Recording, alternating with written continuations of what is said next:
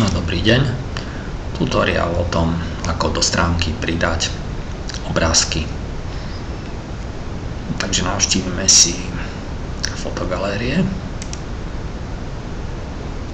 Zatiaľ máme spravené 3 a spravíme ďalšiu, čiže vo forme článku.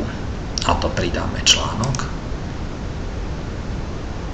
a nazveme ho Popožiar, pretože vybrané fotky, ktoré som si pripravil, sa budú tak volať.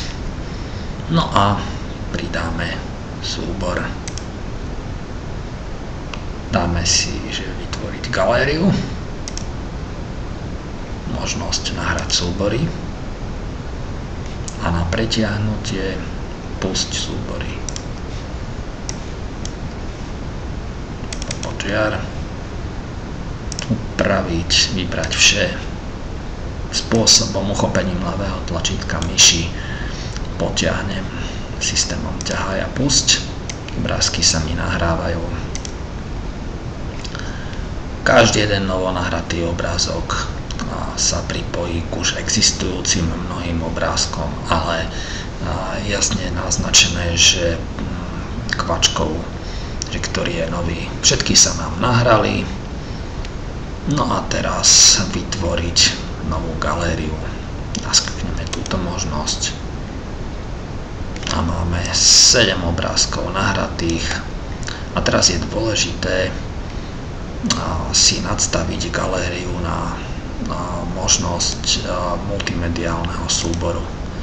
Lebo ak by sme nechali túto prvú možnosť, tak tu si demonstračne ukážeme, o čom by to bolo. Čiže keby som vošiel na fotky, tak ak by som nezaškrkol multimediálnu možnosť, tak by sa zobrazovali fotky takto. A potom by som musel vždy na novú fotku vždy klikať na spodný obrázok.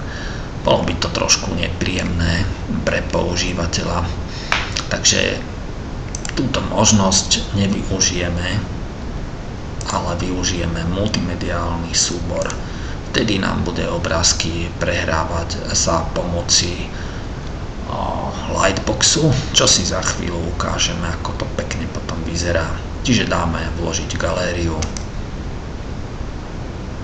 Sa nám vložila. V obdĺžniku je fotoaparát s fotkou. V textovom editore vyzerá kód takto, v vizuálnom takto. Ak by sme chceli dodatočne upraviť, stlačíme ľavé tlačítko myši a upraviť galériu. V prípade, že by sme chceli vymazať ktorý z obrázkov, napríklad tento, tak sme ho odtiaľ odstránili. Dobre, budeme mať teraz 6.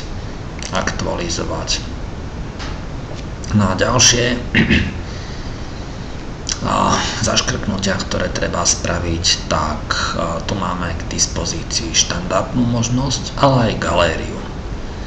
Ak by som zaškrkol možnosť galériu, tak v takom prípade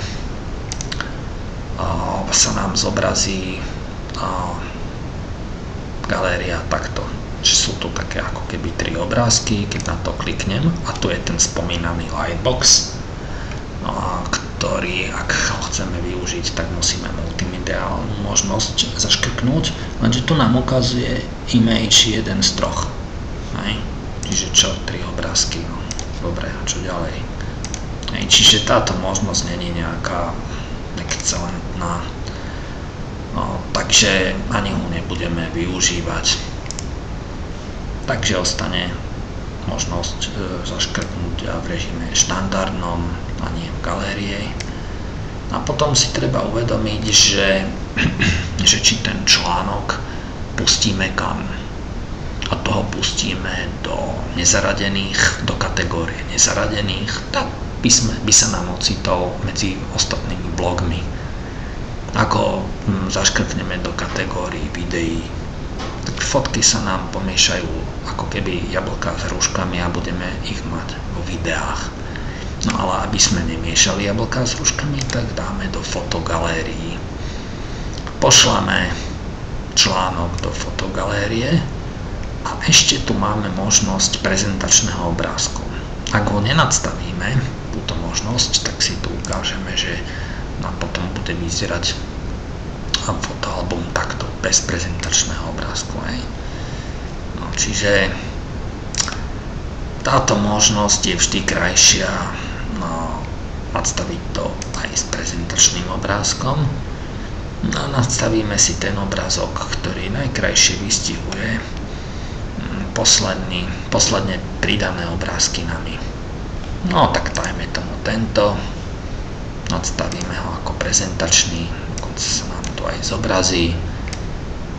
No a to je z tých zaškrknutých všetko dáme publikovať. Počkáme si. Už obrázky sú na stránke. Takže navštívime stránku, skontrolujeme fotogalérie. A vždy sa nám najnovšie obrázky priradia ako posledné, teda vľavo hore podčiar. Vidíme, že ako možnosť, keby sme teda ako dali tie galérie, tak tieto 3 obrázky to nie, kto vie čo, bez prezentačného obrázku tiež nie, ale tunák sú všetky prezentačné obrázky jednoduché. Kliknem, zobrazili sa mi tie, ktoré som nahral, stlačím a Lightbox pekne zobrazí a už tu mám image 1 zo 6, čiže 6 obrázkov. Klikám si buď na pravej strane obrázku alebo tu 5 zo 6, 6 zo 6, pekne sa to zobrazilo. No a takto vyzerajú galérie. Ak by som si navštívil druhú s rogalistom, to už je 9 obrázkov, zase to sú obrázky vo formáte 16:9. Trošku dlhšie trvá, kým sa načíta, lebo oni nie sú komprimované, ale sú až 3 megové súbory. Ďakujem za pozornosť.